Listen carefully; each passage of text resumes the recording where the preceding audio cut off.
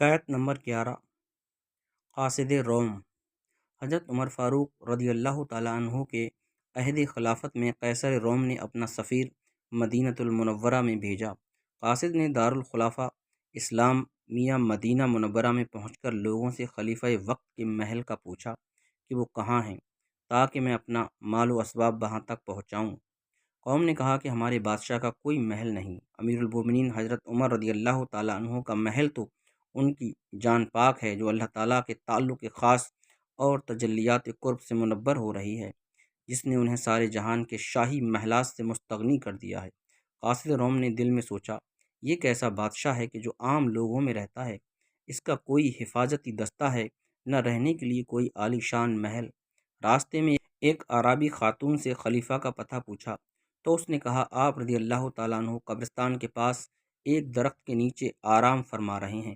قاصد جب وہاں پہنچا تو اس نے دیکھا کہ حضرت عمر رضی اللہ تعالیٰ عنہ بے خوف و خطر زمین پر آرام فرما رہے ہیں، نہ تخت و تاج پاس ہے اور نہ ہی فوج و لشکر۔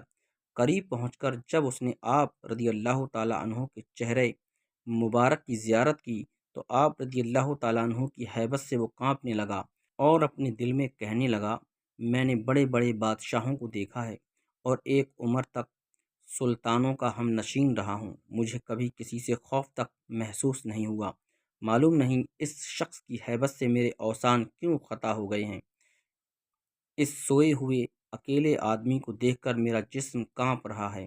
اس مرد گدڑی پوش کی ہیبت نے تو میرے ہوش اڑا دیے ہیں۔ یہ شخص بغیر کسی ہتھیار کے اور بغیر کسی فوجی پہرے کے زمین پر اکیلا سویا ہوا ہے۔ مجھ پر ایسا لرزہ طاری ہے کہ اگر مجھے 7 جسم اور عطا ہو جائیں تو اس لرزے کا تحمل نہ کر سکیں۔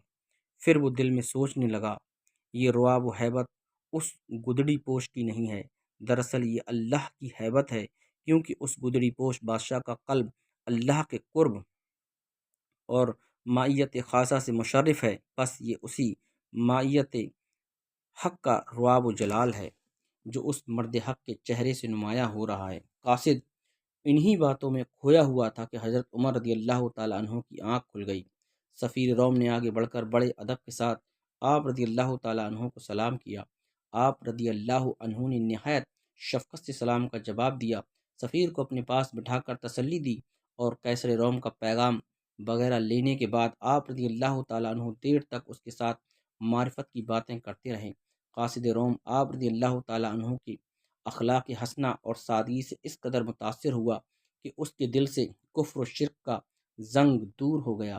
یہ قاصد حضرت عمر رضی اللہ تعالیٰ عنہ کی صحبت کے فیض سے مشرف با اسلام ہو کر باطنی دولت سے مالا مال ہو گیا۔ مولانا روم رحمۃ اللہ تعالیٰ علیہ فرماتے ہیں، جو خدا سے ڈرتا ہے اور تقوی اختیار کرتا ہے، اس سے جن اور انسان سب ڈرتے ہیں، اور جو بھی اس کی طرف دیکھے گا اس پر اس مرد حق کی ہیبت غالب ہوگی۔